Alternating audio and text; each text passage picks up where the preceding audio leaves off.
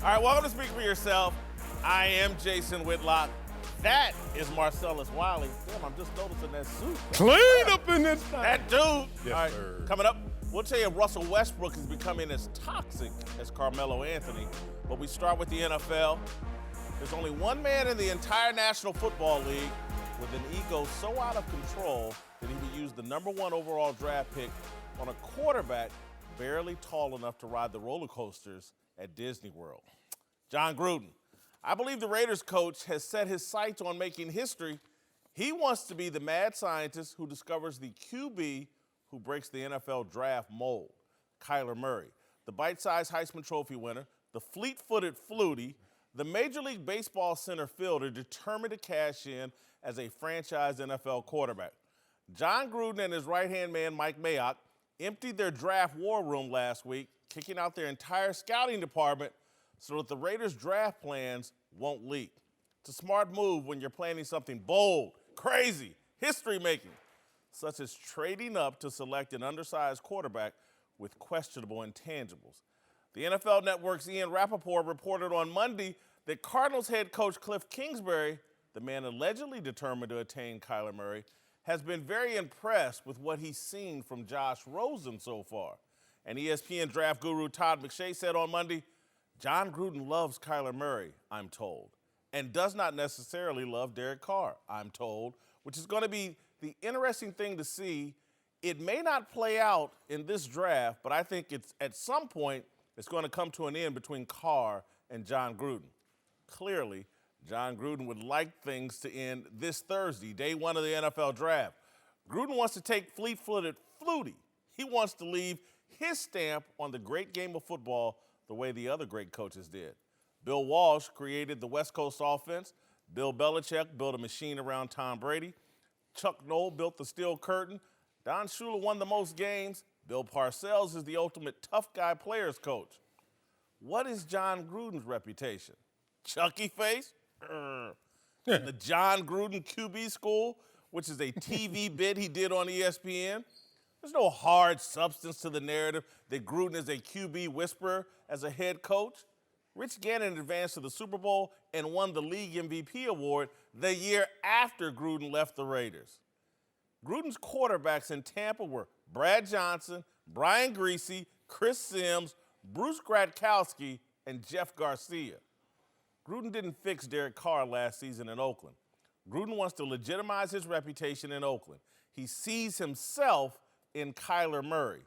30 years ago, Gruden was a 5'10" backup quarterback at the University of Dayton. He was the holder for field goals and extra points. Gruden told Sports Illustrated in 2002, the most disappointing thing in my whole life is not being able to be anything but a ham and egger as a college football player. I'm telling you, the Arizona Cardinals have the perfect sucker willing to pay max value for the right to draft a quarterback with all the wrong measurables. Maybe fleet-footed Flutie is really the next Russell Wilson. That's a possibility, but it's a possibility a man with less ego would explore in the second or third round of the draft, not at the very top, where Nick Bosa can be had without fear of buyer's remorse. Kyler Murray is Jon Gruden's Moby Dick. Chucky is going to get dragged to his death by the end of this book. All right, joining the desk now, a couple of former Washington Redskins stars, D'Angelo Hall and LeVar Arrington. LeVar, welcome. Hi, guys. How y'all doing? No ring crew up here, boy. Look at these franchises we represent. Marcellus, we'll start with you. Yes, sir. Would it be a mistake for Jon Gruden and the Raiders to go all in for Kyler Murray? Oh, absolutely. It'd be absurd. If you think about it, the ego you're talking about, Chucky, how you do it again?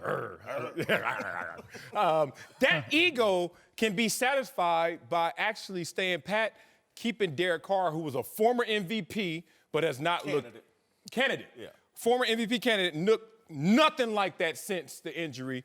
And not even last year did he look like an MVP candidate in rehabilitation with Chucky. But Chucky is smart to play it that way versus going out there and risking his 4 draft choices he has in the first 35 picks. Just like my wife, when we go down Rodeo, she's like, "Ooh, this bag is nice, right?" I was like, "How much it costs?" Every time, how much it costs? What's the price tag? The price tag of getting Kyler Murray, too excessive. So therefore, I'm not looking at it from that scope, especially with the ego play. Fix Derek Carr.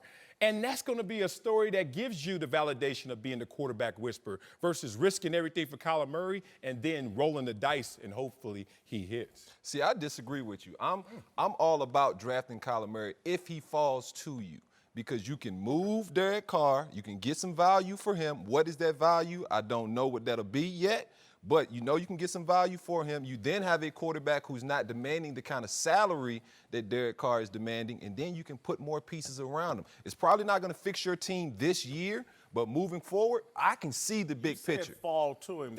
What about go all in and go up and get him? See, to me, that's not the plan.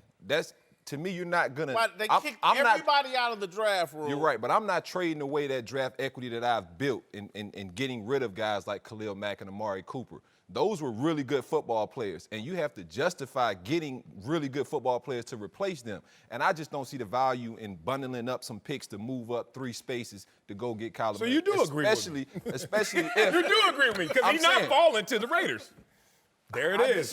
I disagree. I think he could. I think he could. If the Cardinals don't pick him number 1, I don't see nobody else going to move up to go get him. Go all in for Kyler Murray. You want me to go? Well, all right, so I'm going to go all in on disagreeing with both of you guys, all right? Here's what I'll say. First, let's start with ego, right? Jon Gruden has a Super Bowl. He does have a ring. We started off the show where the ringless ones. Jon Gruden actually does have a Super Bowl ring. He has proven that he can have success at the NFL level. That's why he's been given the opportunity to go and coach the Raiders at this moment in time to begin with. $100 million contract, right. If you're going to come in and be the guy that they're bringing you in to be, do it your way. I don't think that's necessarily connected so much to ego rather than being connected to sensibility of what it is you want your ultimate end result to be. If his goal is to build the type of team that he wants to build to win, then he needs to have the confidence to be able to make those decisions to go do that. If that's moving up to the number 1 pick to bring in Kyler Murray, then that's what it is. Now, with that being said, can he justify doing those things, the draft equity with Amari and with Khalil Mack? Can he justify that by not wanting it to work with Carr? That remains to be seen. But the reality of it is if you've been brought in and you've been paid to do a job, you bring in Mayock, you feel like Mayock can do a great job. I worked with Mayock. I think Mayock does a fine job of evaluating talent. If they feel like this is what they needed to do, and you get rid of a quality guy in McKenzie as the GM, the team has not had success. Regardless of who's been there, Khalil Mack, Derek Carr, Amari Cooper, this team has not transitioned into being an elite team in the NFL. Why not try something different? That would be my thought process. I just think, to me, it would be crazy because I don't want – honestly, goodness, in that I don't want to be the first person. I went and looked last night and this morning at. Some people enjoy being the first person. Yeah, I mean, I'm just saying. I mean, just honestly, like, you know, I don't know. I disagree with that as well. Okay. Not everywhere. Practice makes perfect. Anyway, so I'm just gonna say, Kyler. I don't want to be the first guy to draft the undersized quarterback. Russell Wilson went in the 3rd round appropriately. Right. But Doug Flutie went in the 11th round. What about Drew Brees? What about Drew Brees? Drew Brees didn't go number 1 overall. He went the 2nd round. So then we've learned from the past then, right? Yeah. Why not pass? Why pass on a Drew Brees or Russell Wilson if we know? If you're telling me you're not going to draft Kyler Murray just because he's 5'10", yeah, has nothing to do with the way he plays the game. No. His arm strength. I can't do it. Don't look at Doug. He's no better than Doug Flutie. He runs better than Doug. That's it. Don't do that. I like where you going. Doug Flutie won the Heisman? To me, Yeah, he did win the Heisman. I played with Doug Flutie, and he was a Pro Bowl level player with us in Buffalo. Flutie Flakes. I mean, it was a mania when Doug Flutie hit 86 NFL. touchdowns in his career. Oh, I'm not going to look. I'm just going to say skills because he hasn't proven anything at the NFL level. I mean, what is he has a Russell greater Wilson doing right arm now? than Doug Flutie in terms of just in the pocket and that. This is I'm a just saying, baseball what's arm. and then this is Russell Michael Wilson Vick's doing right now? mobility, man. Respect that. You combine those two things. The only thing Still you can. 5'10". He's still 5'10", right? They don't do that at the quarterback position that high. Michael Vick was a 6-footer that went number 1 overall. That's being real, like 6 foot. Yeah. I mean, That's a 5'11" generous maybe. 6 foot, That's generous. I mean, I'm just saying you're acting as though you know, it's almost like when people talk about the combine. What people don't really realize, the difference between a 4.4 and a 4.6 is not very much when you're talking about breaking up a ball as a DB. And so for me, I'm not taking a dude off my board if he runs a 4.6, if he actually plays fast and he makes plays on the ball. Jerry and Rice so for had a me to slow just 40. look at a dude who's 5'10 and think he can't play, everything I see about Kyler Murray tells me he can play football. Right. I don't care if he's 5'10. Now, if he's 5'8", 5'7", okay, maybe. But 5'10", 5'11", 6 feet, that's still all in that. He could put some cleats on and be 6 feet tomorrow. I mean, so to me, that really doesn't matter if he's 5'10". If he can play football, I want him on my team. And you survive in this business when you got a layup like a Nick Bosa, like the defensive lineman out of Alabama, Williams. Take those layups. See, I think those guys are going to. There's no question. So you want to play safe. That's hard. At But that high, but don't that's need to not play even safe. necessarily At that safe. high, He got a 10-year deal to with. He don't need to play safe. He don't care. Well, we've known that by his moves so Yeah, far. exactly. When you talk about Khalil Mack and Exactly. others. So Exactly. now's the time not to make waves if you're going to make a potential lateral move. Like, you got to really think that Kyler Murray is going to hit, not just hit for top pick, but hit for the other picks you may have to give up to get to that top That's pick. what I'm Because saying. Arizona's playing poker. Now, I understand that 2 and 3, San Francisco and the That's what Jets, I'm saying. they're not thinking about quarterback. That's what I'm saying. He but balls. Arizona's playing some good poker right now, and that's why no one's in the draft. But you room. don't And gotta necessarily have to poker as play. well. You don't have to necessarily throw Kyler Murray to the Wolves immediately because you do have Derek Carr. You can give him the opportunity to develop and learn what it is that you want to do. See, here's the thing about the draft. Man, what do you think the atmosphere in that building going to be if they keep Derek Carr and draft Kyler Murray? That's up to Jay Gruden or Jon Gruden. That's up to Jon Gruden to make Derek sure he has to be manages outta that. here right now. I'm telling you right now, there is no such thing as an easy layup in the draft. No such thing. Every single person that gets drafted has to go in there with the same state of mind, which is they have to start all over and reprove themselves all over again. I came out as the number 2 highest rated draft pick in the draft. I barely played my rookie season. And the reason why is because when I came in, my philosophy going into it was, okay, I'm the top guy. I'm going to get this opportunity and I'm going to learn on the job. Whereas the guy that was in front of me, Greg Jones, who came out of Colorado, a seasoned vet, did more little things as a vet that I didn't do coming in as a rookie, and it allowed for him to be able to maintain his job and really grow his value for when I did eventually get the job based off of whether it was my draft pick or my play, whichever one. But I was as sure a layup as it could have been coming into the draft. So I don't think that you get lost in, okay, the guy is 6'4" and he can run a 4.40 40 and can do this and do that. There's a lot of guys that are sitting on couches real quick that came in. Bosa's not missing. No, it'd be I mean, but it's there are hard to say numbers he's a that miss, matter, but LeVar. he still But has the to do numbers it. that matter to me are not combine measurables as much as what are you giving up in the process of That's attaining fair. him. And Think about it. You got that's what I'm saying. 4 picks in his first 35. If they even call me and say, hey, it's going to take 1, 2, 3, like, what am I doing? I got Derek Carr here who has something in there because the guy was one of the top quarterbacks at one time. Redeem that. You don't buy McShay's argument that Jon Gruden's already out on Derek Carr.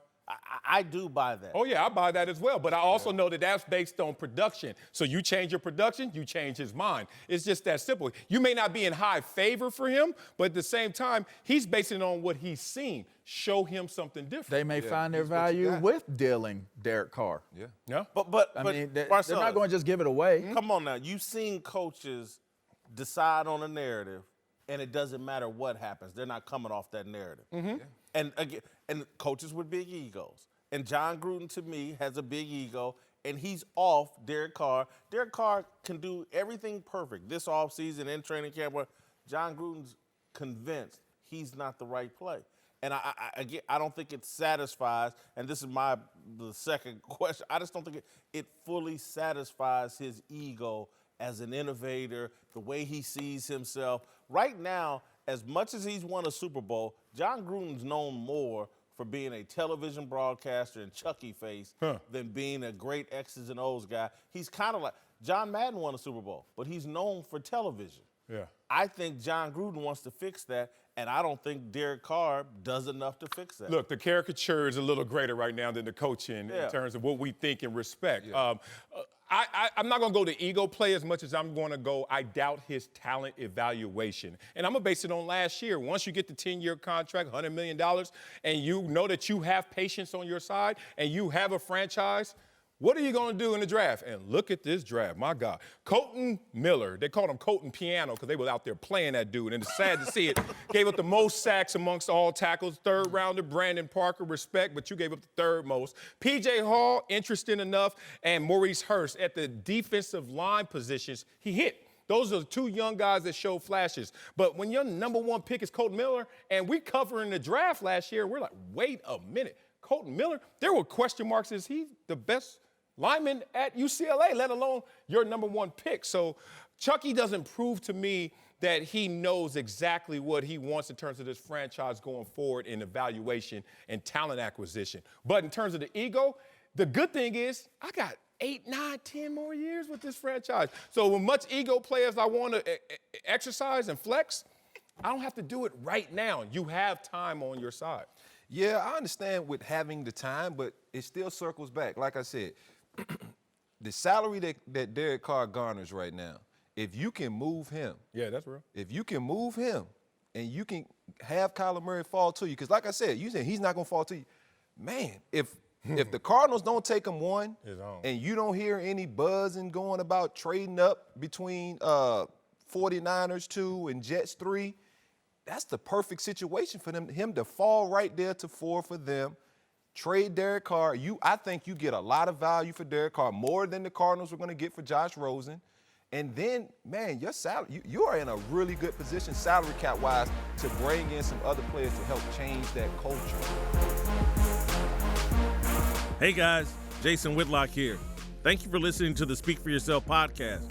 If you like what you hear, then you should take a minute to check out the Maybe I'm Crazy podcast hosted by the Herd's very own Joy Taylor. On the Maybe I'm Crazy podcast, you'll tap into a different take on the world of sports. Joy will break down all the biggest stories from the NFL, NBA culture, in and out of sports, and everything in between. So subscribe now for a weekly episode of Maybe I'm Crazy every Tuesday night on your favorite podcast platform. Now back to the show. Let's get to a big story in Cleveland where Odell Beckham Jr. is still reacting to the Giants trading him to Cleveland. OBJ retweeted an article from the well-known sports authority, Hot New Hip Hop. Oh, yeah. In the article, there are quotes from Giants general manager Dave Gettleman, who told NewJersey.com that he had not been a part of a team that went to the Super Bowl that had a culture problem.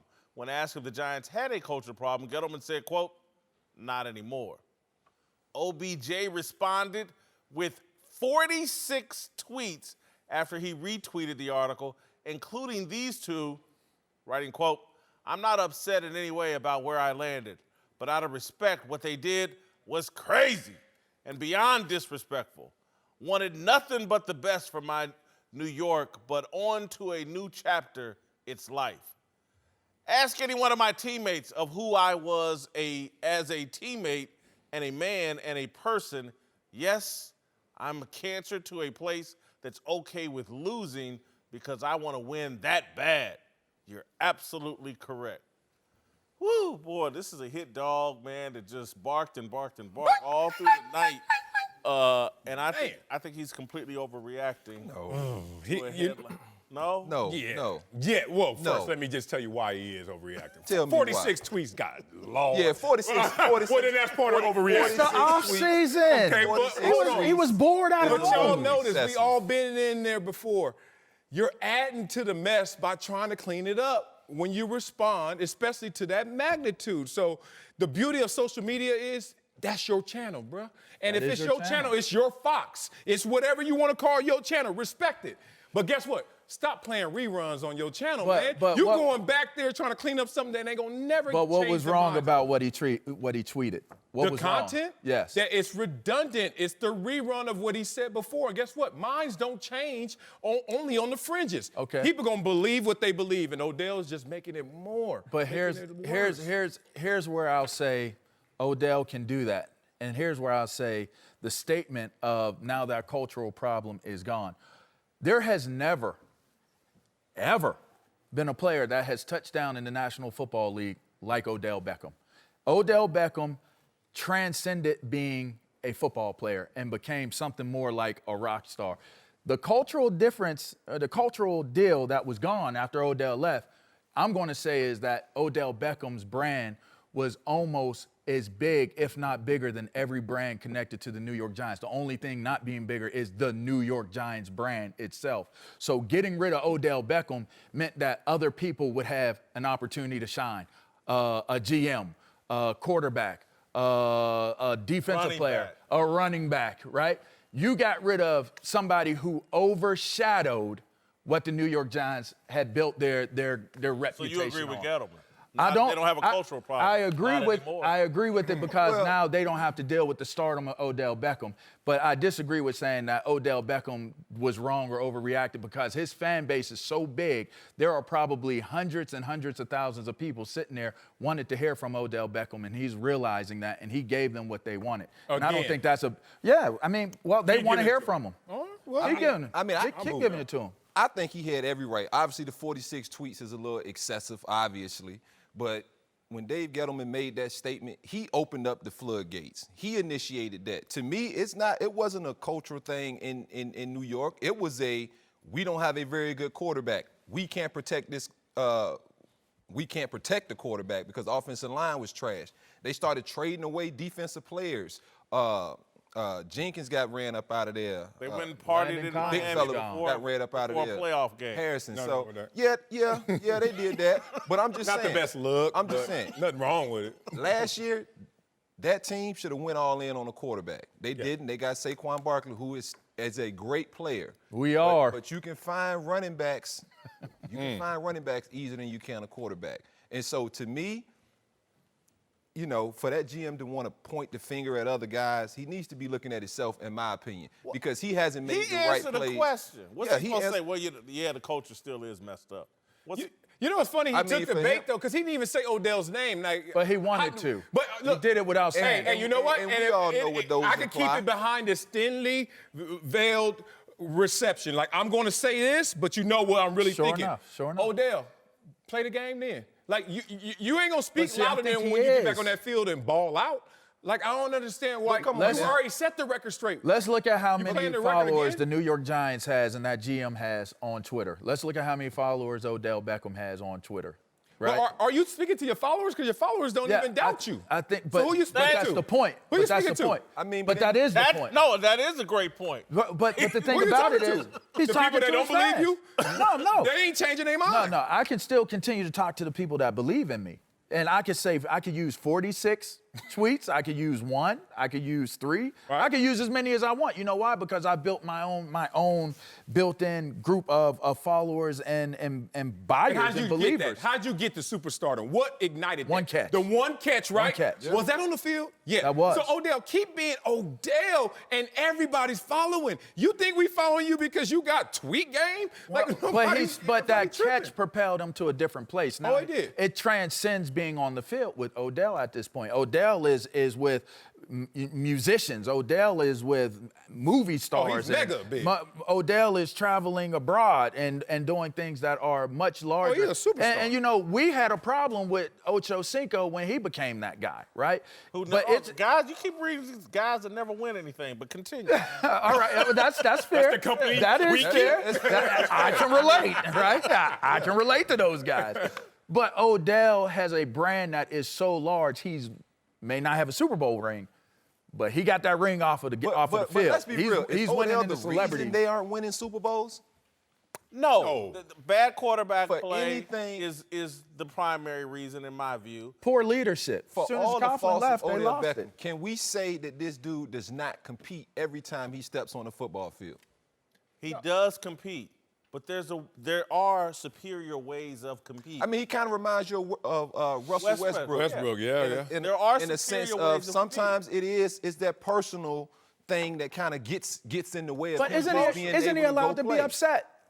You went from New York to Cleveland. You're right. I might have tweeted 100 times. He should be. I'm in Cleveland because now. at the end of the day, he went back. I'm not in New York. This is like, I'm not mad about where I am. I obviously like that team, and I can't wait to be a part of that team. He's lying. But how disrespectful was it? He's lying. But no. That's my point. He said, how disrespectful was it? It was. To pay a man that y'all went all these back and forth if he's going to be a part of this team. Is he not? Is he not? Bam, you pay him, he's going to be a part of this team.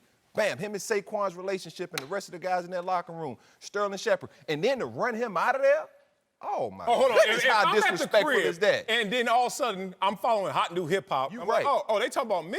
Oh, really? And I read it, and it says cultural thing. And I'm gone from there. You know what I'm not going to feel? That he talking about me unless he put my name on it. Like, all of a sudden, like you said, it's the hit dog. It's like, oh, they still talking about me. But they ain't said your name. So why you want to jump into something that they ain't calling you out for? Jay-Z made a song, New York City. you lost one. I mean, it's if Cleveland, you saying you made Odell, then make another Odell. That's all. You're not going to have another Odell Beckham for a long time, and even in the market of the New York Giants. But if you're walking around looking for fights, you can always find one. But if they ain't calling you out, if they ain't saying my name, bro, I got other things to show that I'm a superstar and I'm living a different existence. Cleveland. And we all know what nobody's going to care what happens in Cleveland. And so here's the deal, LeVar, and this is what Gettleman's talking about. This is what I believe.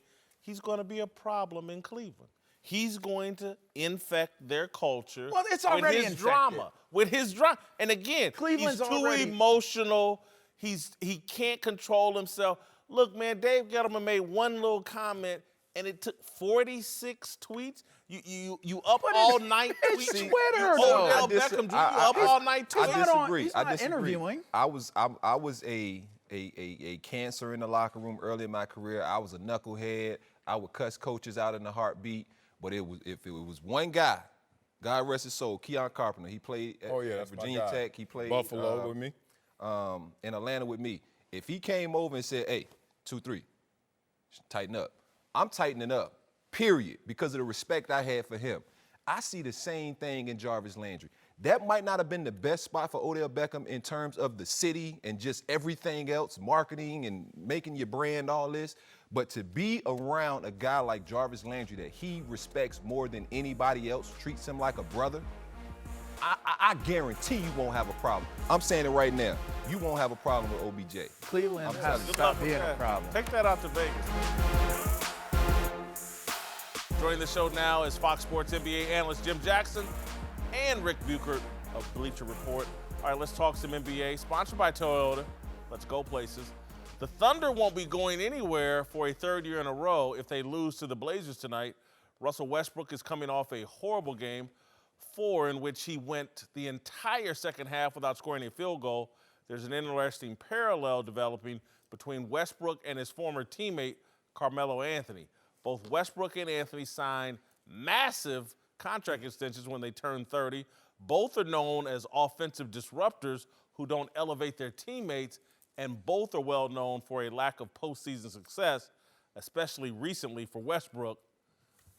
The question here is, you already know where saucy over here. Know where you going. Russell Westbrook become as toxic as Carmelo Anthony? No. He's in a more protected place than Carmelo, who became bullseye for all the targeting and people just attacking him. Sometimes with good merit, but look, the effort that Russell Westbrook exudes and the loyalty he showed to his small market. To the contract they get. Well, call it what we want. You get paid somewhere else, too, and you didn't take it. I think that's what's going to protect them in this situation. But there are obvious parallels. You already outlined them. But I think because Carmelo at times was questioning effort, certainly was questioning loyalty. And he chose the money elsewhere in the biggest market we have versus Westbrook took a lot of money to stay in the smallest market. I think that's going to be the difference. There's no comparison. And toxic is still even a strong word for Carmelo. Carmelo just wasn't as good as his contract demanded that he be. You can have him for a bag of peanuts right now. Nobody wants him, Rick. That's fine, but that doesn't necessarily make him toxic. It makes him a difficult fit because he's a star. He's a classic star who doesn't know that he's not a star anymore. Grant Hill made that adjustment. Jason Kidd made that adjustment. Allen Iverson did not make that adjustment. Could have still played in the league much longer. Carmelo Anthony could be in the league. Last I checked, he was a 16-point-a-game scorer for Oklahoma City. Yeah. He can still play. And Russell Westbrook. Whoa, Westbrook is not a ball stopper. He is in shape. The comparison here is nutty. I mean, look, has he struggled in the postseason? Yes. But if you're leading the league 3 years in a row in assists, don't tell me that you don't make your teammates better. Who would trade for him right now with that contract and the fact you know it's hard to win big with him? Nobody would trade for Lakers. Russell Westbrook. Nobody? The Lakers. Lakers would trade for The Lakers. I know the Lakers would. Lakers would. Heck, In a yeah, heartbeat. you know them. And he's playing with LeBron James. And he's box office. You know what? I'll tell you this. There's another team out there, a GM. I had this conversation over the weekend. Would take him that has the opportunity in another major market. Who? He can't tell you. He can't tell you. I can't name He can't tell you. Jim, but I can name tell the you. player Russell Westbrook's made better. Steven Adams. He's He's killed no, Steven. no, Steven no, yeah. Adams should be a star. No, you put him with any how's he other gonna be team. a star? Because they need to be feeding this guy in the post. They- They should have been But developing. he's not a feed and post player. He's With the another kind, team, he would be, no, with he's a not. better He's the point kind. guard. He's better in the pick and roll. He can roll to the basket and then Let's seal. don't talk Steven Okay, Adams. okay. Go ahead. Let's talk Westbrook. I'm gonna take it a step. I think the parallel here is the contracts and getting stuck with Carmelo's contract and Westbrook's later on. But to me, he's more in the conversation of Allen Iverson, okay? Because Allen, the biggest thing with Allen as he got older, because he didn't conventionally play the point guard position, as he got older and went to Memphis, went to Detroit, went to Denver, he wasn't as athletic, he couldn't get by guys, and he wasn't playing the point guard position like a point guard. Yeah. So now he became a liability. Now teams looked at him and said, well, we don't really want to pay you or use you in this capacity at the two-guard position because we can get younger and someone else. Because Allen never accepted the fact that playing point guard was more than just scoring, okay? It was the mental aspect. Now, I will say that under Larry Brown, he started to get it a little bit more with Larry. Once he got divorced from that. Go back to Westbrook, though. Okay, here he is. So Westbrook is the same way because he's not your prototypical point guard, okay? The question for me is on the back end of it. What happens when that intensity, that athleticism goes down? But when you say And they're that paying him $47 million for one season. But here's the distinction with Allen. Allen never tried to make that shift. I saw in Russ Westbrook this year try to make that shift. But you know why he tried to Paul George. But you see why you know why he made that? Schroeder. Because he was able to have another player like that. Allen caught it on the back end with Carmelo in Denver, but he wasn't the same Allen Iverson. In Philly, they specifically built, and I was there his second year, Larry's first year. They built the team around him to have complementary players so AI can do his thing. It basically brought in Eric Snow to sometimes put Allen off the ball. We haven't seen that with Russell Westbrook. He won't allow it. No. He did early on. Well, a little bit, but he won't allow it because, I'm going to go back to this. Billy Donovan, Scotty Brooks, they're not the kind of coaches that demand that. Mo Cheeks. Mo Cheeks is assistant coach. That had nothing to do with it. The head coaches don't demand that kind of discipline from, and they don't require him to do certain things. They don't put an onus on him. That Larry Brown did. Okay. He's got a huge contract. But he's that's uncontrollable. No, he's Frankenstein. Let me tell you something. Pat Riley, I'm going to go back to this. Popovich, I don't care what kind of contract you got. You still got to answer to those two. I don't care what contract you got. So it depends on who's in that first seat. Okay, but Jim, admit this, and I know y'all. You telling me to admit it already? No, admit. I know, right? Yeah, admit Objection. Just admit Need it. the witness. Need the witness. I'm going to tell you what you're admitting to. Sustained. Admit this. Was there a coach that could ever control Allen Iverson? Yeah, Larry Brown. Oh, stop it. He controlled him. You can't control that kind of person on everything they do, but you can have him grow in areas that he didn't grow before. For a moment. But that's Larry what he Brown did. Okay, let's pull apart the parallels and stay right here on this topic. One, Phil Jackson said it best. There's nothing more difficult than coaching an aging star. Because when you're going down the hill, you're not necessarily thinking you're going down the hill. You think you're plateaued. If you look at Carmelo and his impact of going to the Knicks in that trade, They did, after his first year when they won 54 games and Coach Woodson, they didn't win more than 37 games again, ever. Whereas you look at Westbrook and what they're doing to OKC, say their first-round exits post-KD, they have not lost fewer than 45 games ever. In the loaded West, this is still a team that's going out there and a 6 seed. So I think the impact won't ever be comparable if you talk about Westbrook. Here's the other part. They brought Derrick Rose in. They tried to bring some pieces in to reestablish what they could do with Carmelo Anthony. Carmelo Anthony wanted no part of that. This is the great distinction, this is the great distinction between Westbrook and Carmelo Anthony. Paul George stayed. They brought Dennis Schroeder in. Russ has tried to make room for them on the floor. Right. He's tried to make it work. Now, what's sad for me is it hasn't, which Rick, scares me as whether it can. You're a journalist. You keep using the word try instead of Westbrook has made room for them.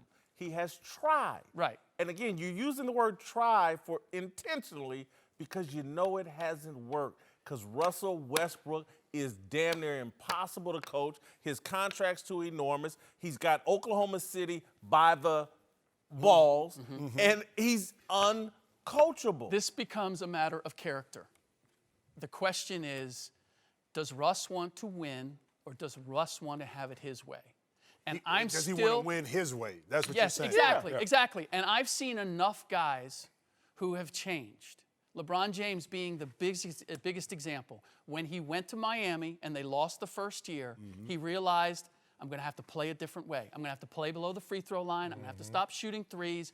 I'm going to buy into the system and find out how to get this done. And they did. So I don't want to take it away from Russ. I don't want to take away the possibility You're right. that Russ would say. Did Russ pull this when Carmelo was sidelined and Linsanity was going on? Laugh at it if you want. It was buckets. You know what Carmelo was like?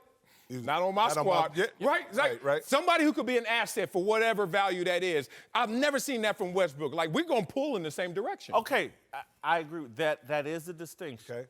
But Westbrook has a problem. Look, we've identified Carmelo has a different problem than Westbrook. Okay. Westbrook has a different problem than Carmelo, and it's his anger. It's the emotion, the lack of control of his emotions.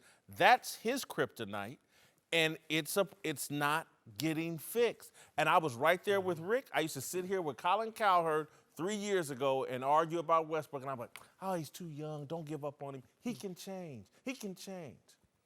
He can't change. But here's the thing. To your thing about LeBron, when he went down to Miami, who was there? Pat. And, okay, so you put an Eric Spoelstra in that wasn't as seasoned, but you had Pat. No, you had Pat right behind you. You had Pat right behind you. Then. Okay? You haven't, again, we haven't seen that with OKC. Agreed. We haven't seen somebody in that seat Agreed. that has that level of control. Here's the challenge on that.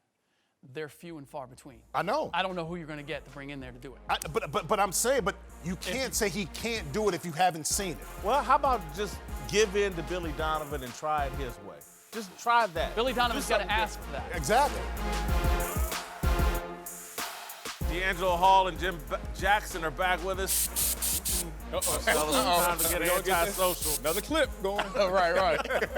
All right, Darnell Smith, our social media manager. Big Swole is in the house. All right, Darnell, what's popping out in Twitter streets? Yes, sir. We're going to start in the NBA. Uncle Jimmy's best friend, Charles Barkley, advised Joel Embiid to start swimming and help out with his conditioning, but Embiid was not with it. Take a listen. I'm scared of water. I don't know how to swim. So for cardio, it's just bicycle. It's like bike, basically. Nah, even the bike. The only thing that gets me in shape is basically playing basketball. Are you guys surprised by this? I am, because I've never understood, and maybe I just came up in the wrong era, in the wrong neighborhood. We all swim, and so there's this whole thing like black people don't swim. Man, we used to go to West Montgomery Park, Douglas Park, and go swimming in Indianapolis, and then we moved into a neighborhood with our apartment where they had a swimming pool. All my cousins would come over. Everybody would swim. I've never understood this. No, I actually understood this. I actually took part in a charity tragedy that happened down south a couple years ago. Youngsters were drowning and the adults couldn't swim. end up jumping in just because it's the youngsters and they just had to do something. Everyone drowned. I swam a mile in the ocean to bring awareness to this issue. Unfortunately, the numbers don't support that. Our people don't swim, in part because in the neighborhood, a lot of times, we don't see swimming pools everywhere. There's that big rec pool, Jesse Owens Park, but then you know what? That's it, one for the whole neighborhood. And I'm glad that he brought this up, even though it's lighthearted, there is a deeper message, man. It's a life-saving skill. Drowning. This ain't like bike ride. Everybody riding a bike, but nobody know how to swim. It's like crazy. I started swimming when I was young. I loved this. I remember one time we had a flood in the neighborhood. We were swimming in the flood. In the neighborhood. Because we wanted to swim. Those are puddles. You know, but I'll say this. So Joel said he said that he rides the bike to get in shape. I said, bro, you ain't in tip-top shape with that bike. Nah, he said he don't ride the bike. He said he don't do nothing but play basketball. Oh, well, yeah, that's right. Play basketball. That ain't helping either. You might need to change that workout routine. A little more. I grew up in Virginia Beach, so I know how to swim. We all know how to swim. Yeah. He needs to learn how to swim because that's a great workout for him. Come on, I don't know. Our high school, you couldn't graduate unless you passed the swimming class. That's at Columbia. College too, same here. That's the way it was. The only thing I didn't like, though, honest to goodness, man, they made us wear Speedo trunks. Can we get that picture? Come on, let's get that picture. Just graduate with him. Just graduate. Let him go. I want to see this. Graduate him. Yeah, right. Did they have y'all do that? Nah, we had some basketball shorts on. We were tied to drawstring. Tied to drawstring. You tripping, Whitlock. That's the way it was, man, in the My 80s. cannonball game was wicked back when I was young. All right, next time y'all go Cannonball to a pool party in this spot, just take a poll of who can swim and who ain't. You know there's nobody in that water. Hold up, hold up. Black women would be like, man, I ain't getting my hair off. I ain't messing my hair up. I ain't messing my hair up. Right. Come on, man. Don't act like that, real. Next. Moving on to Whitlock's favorite show, The Shop, where Uninterrupted posted a video showing the guests featured on their next episode, and it's packed with nothing but stars. Some notable names that stood out were Texans wideout DeAndre Hopkins, teammate Lonzo Ball, and their token white guy, Seth Rogen. Man, you know they had to get one. So who would you guys like to see on The Shop? Oh, wow. Jimmy Iovine's in there as well in that picture. That's I think major. you overlooked that, but That's major. I got no recommendations for the show. What? Oh, you got to go on there and just agree with LeBron. No. You know who I got? What's that? 44th. Obama. Oh, yeah, that would be dope. Great. That would be What? dope. Okay, I ain't thinking about that. All day, 44. Put him on What there. would be better TV, 44 or 45? He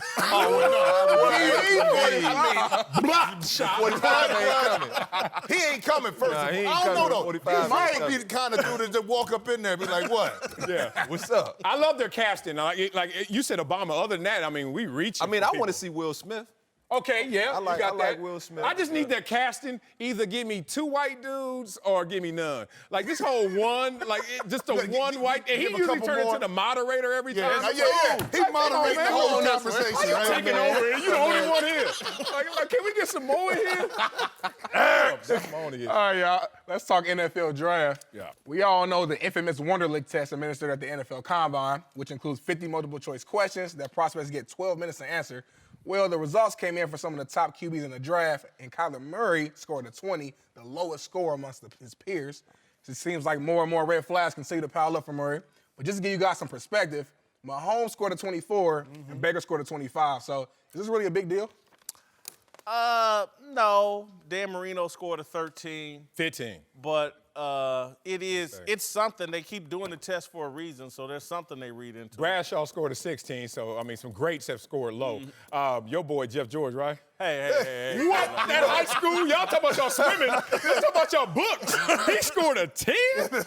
You get 10 for your name. Man, that Wonderlic don't have nothing to do with playing football. Thank you. What you get, a 9? Nope, I got a 27. Go What you get? I got a 35 and didn't finish. Show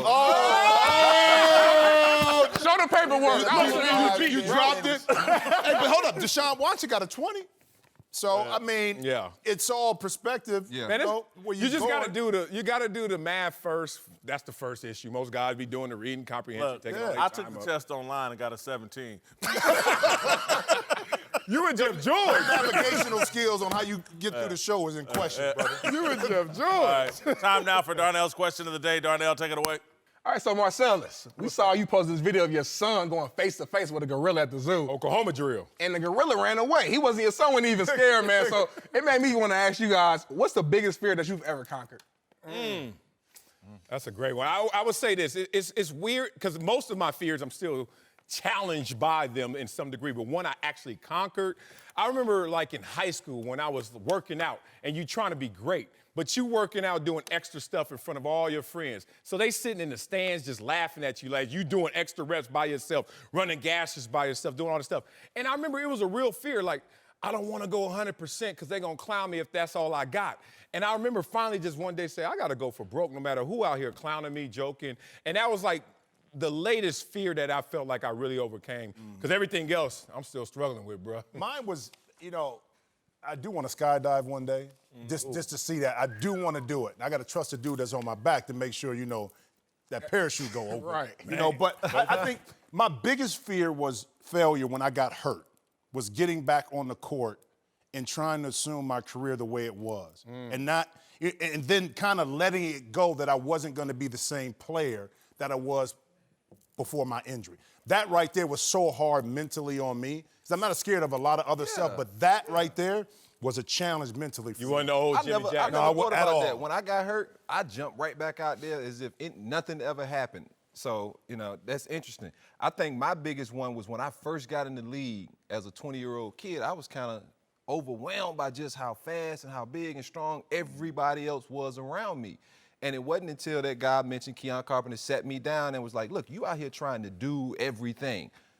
Focus on what this defense is asking you to stop and take away, and then go from there. And once he kind of opened my eyes to the bigger game of football as opposed to just trying to go out there and stop everything like I had been doing my whole career, it slowed the game down for me, and it made me feel like, man, I actually can have success in this league when I originally thought, man, I might be a bust. I was drafted 8th overall, and they killing me in practice. I have actually not conquered any fears. I'm afraid of spiders, snakes, mice. And so the hardest thing for me to conquer, and y'all finna go nuts, too much information, but I'm very transparent. The hardest thing in my life to conquer, I pooped my pants until 4th grade. Oh. So 4th? Man. What age is that, 8?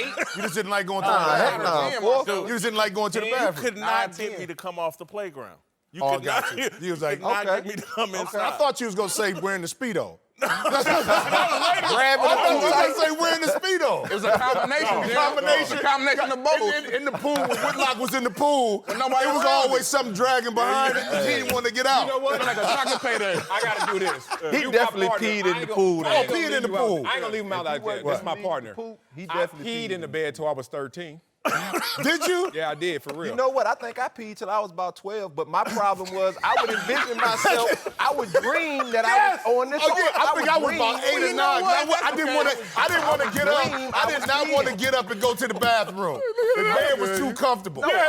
So you switching the seats real quick so your We bed. get too honest. I thought I was on the toilet. Speak for yourself. All of our mamas right now are like, can you believe that? Us like this.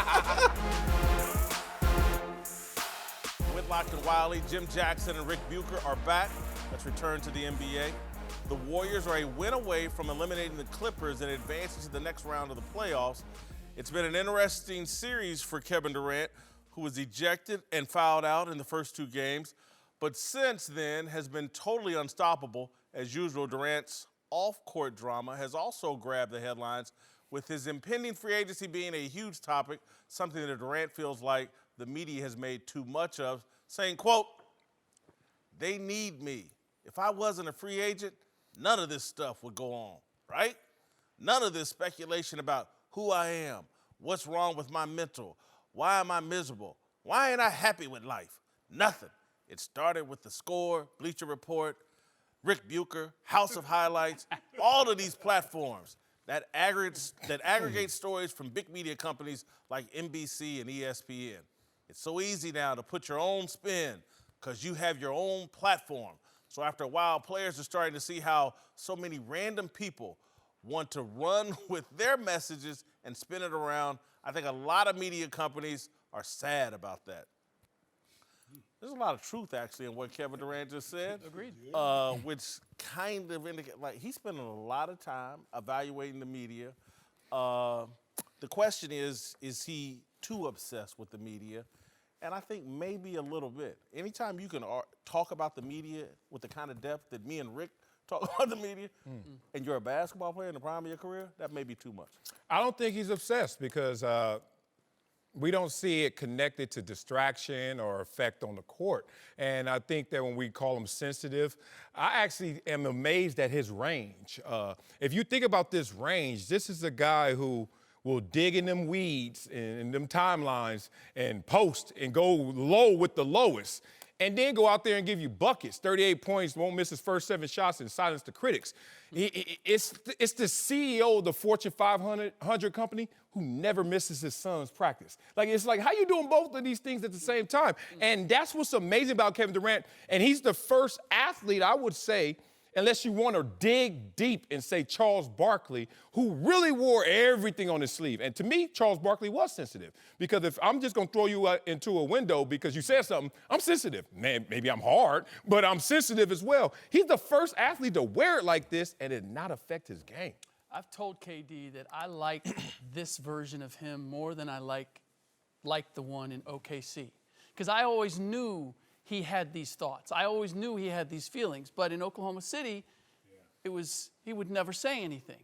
I appreciate this. Where he loses me is he's lost the high moral ground to criticize the media, and especially when it comes to stories and sources. He lost it with the burner account. He was not willing to put his own name on comments about the Oklahoma City Thunder. He was his own anonymous source. Once you've taken that approach, you can't complain about stories, about things being said. And by the way, the things that he said about Oklahoma City were things that were being reported and said by the media that he and other people in Oklahoma City took issue with. Right. So, and here's the other thing. He's jousting at windmills. It's not just the media covering him. It's the media at large, where we've gone to sources. We've gone to lack of verification on information. He's complaining about something that is bigger than him, and he's doing it by pointing at specific journalists. Look, we're all subject to it. You're right. There's a lot that he said that's true. There's a lot that he said that I don't like about our business right now. But I went through it. He did a story with me for Bleacher Report. The word toxic, he talked about the toxic environment with LeBron. Now, he blamed the media, ESPN, NBC, some of those other outlets. They all aggregated it, and they just took the word toxic. It's a toxic environment around LeBron. KD said that.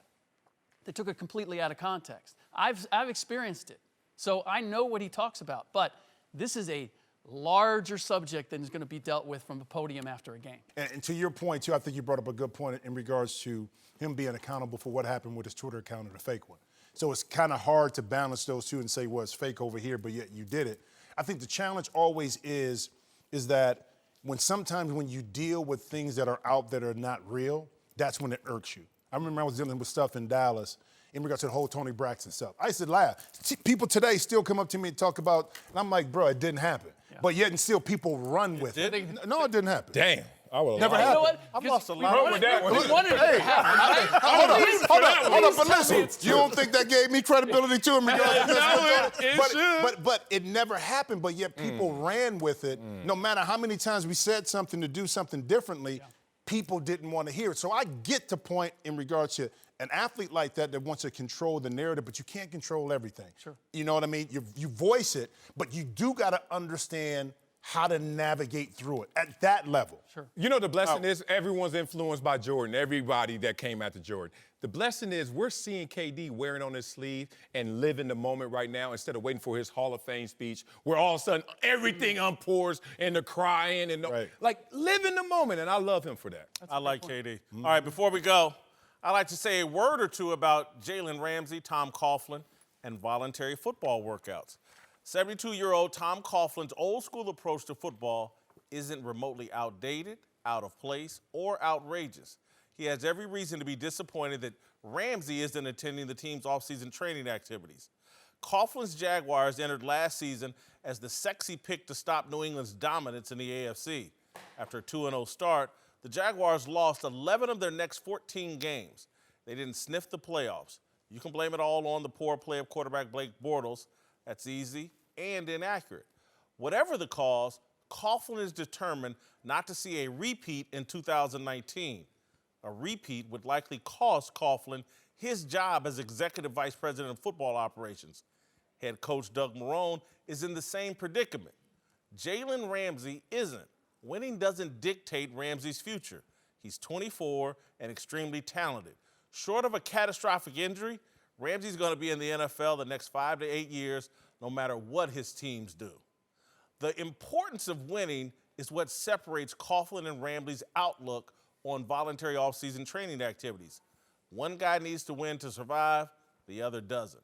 2 years ago, Jalen Ramsey, Jacksonville's most talented player, attended OTAs, earned first-team All-Pro accolades, and the Jaguars won 10 games in the regular season and lost a heartbreaker to the Patriots in the AFC Championship. Last year, Ramsey skipped OTAs, finished the season as the 28th ranked corner according to Pro Football Focus, and Jacksonville finished the year 5-11. 5-11 has made Coughlin desperate and cranky. 5-11 has made Coughlin double down on the values that served him well throughout a 50-year career in football.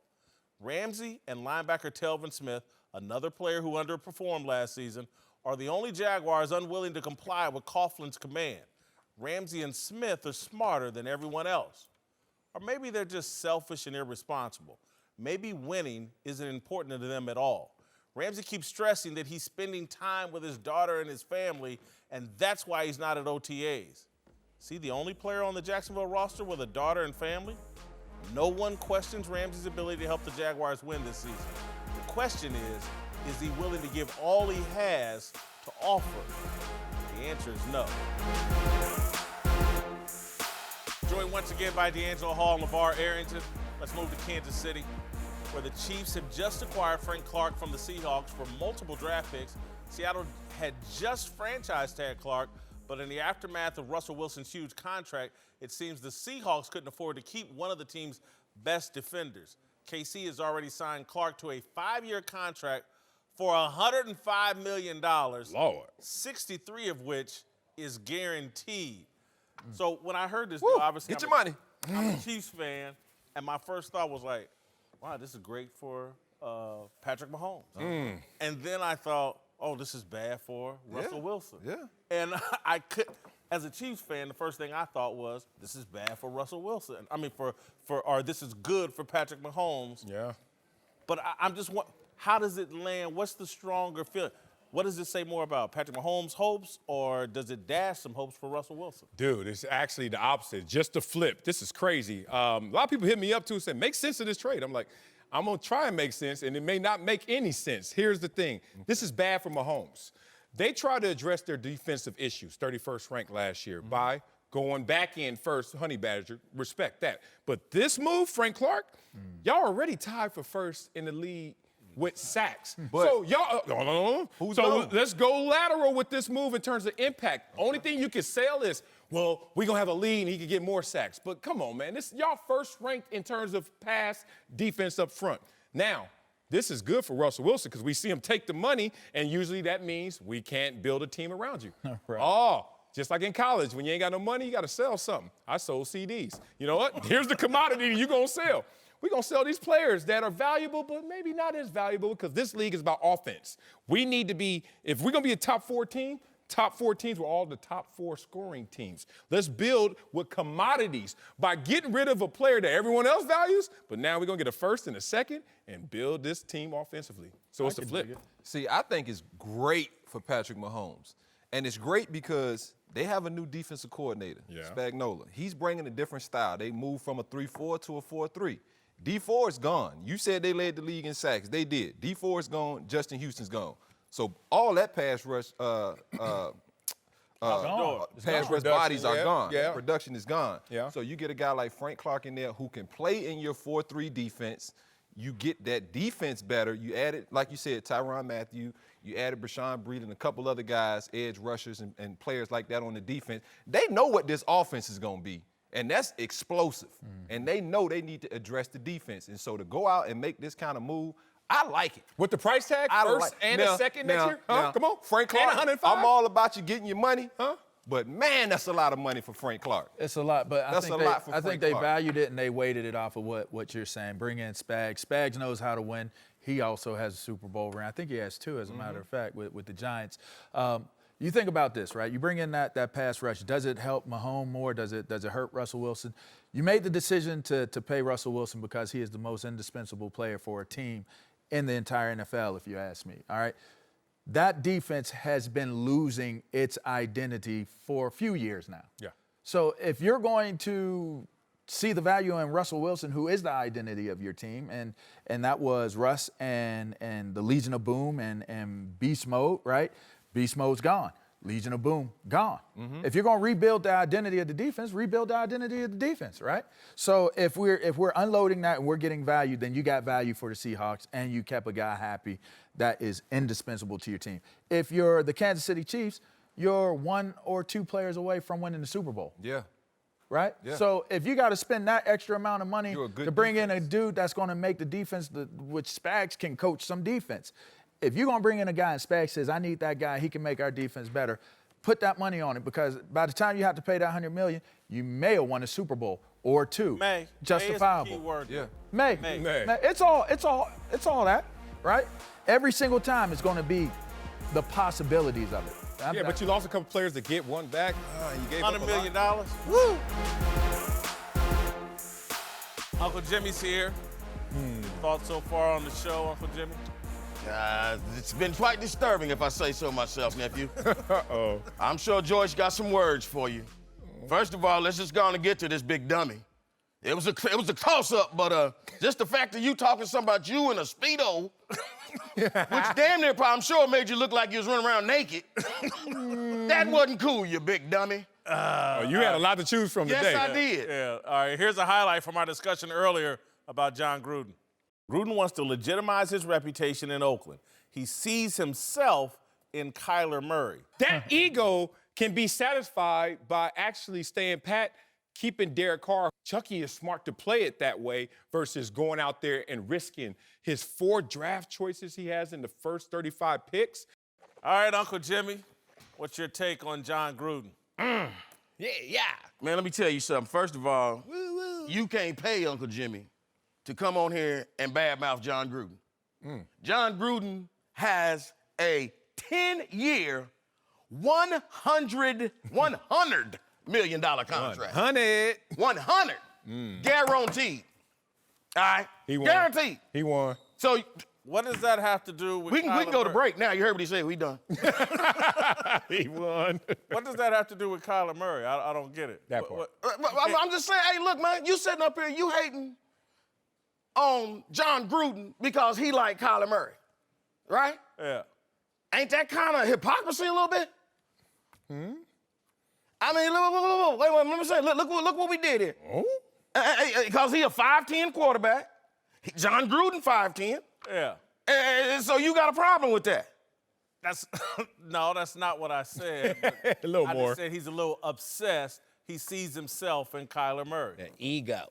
Okay, wait. Work with me real quick here, Merkulis. Didn't you waste a whole bunch of draft picks to move up in the draft to get Darnell in the draft? I knew you got to shoot that. Didn't you spend a first-round draft pick on Darnell because he grew up in your neighborhood? Because he played on your high school team? Because he went to your college? Because he was a lineman? Nepotism. Hit him. And wasn't that your number 1 pick? No.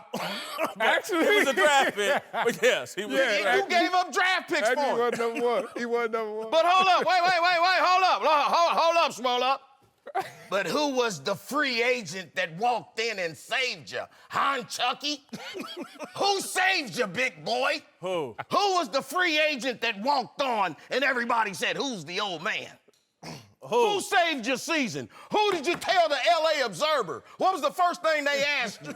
Hey, boy, where you find this Uncle Jimmy at? Who saved the show? Why you saved me to the end? You know why? Because I bring your ratings up. You know what? I'm going to tell you something. You need people like me. You need me. You see those T-shirts? You know who did that? I did that. Uncle Jimmy did all of that. You understand me? You need people like me. You need me and Kevin Durant. You know why? So you can look us and say, there go the bad guy. Unlike Jason, who said say hello to his little friend. I be the bad guy. It's okay. All right. Let's move to our approval rating here. Oh, man. We don't approve of you either, big boy. He brought that back around, boy. He got me on his team. I got $5. Jon Gruden is not a dumpster fire, but he's close. He's a 46. I've actually moved him up 2 points. There you go. Job performance, I've given him an extra point from a 5 to a 6. 17 all-time greatest, stays the same. Moved him down a couple of points in character. Not a huge. Moved him up 3 points in authenticity. All right. 46. Yeah, I had to move his Scout job team. performance. He's scout team for you, but for me, a little more role player. This dude is playing poker to the point where he kicked out everybody in the scouting department. So that's, to me, that's a different play. So I moved you up in job performance, see how it plays out. But authenticity, he didn't give a damn how we thought about it, how it looked, how it landed. He's like, I'm going to do this. Respect to Jon Gruden. You are a role player. Let's see how it goes. All right. He my hero. Y'all can say what y'all want to. 100 million. Hey, Uncle Jimmy want one of them contracts. Uncle I Jimmy take ain't a 1 getting year, one $1 million.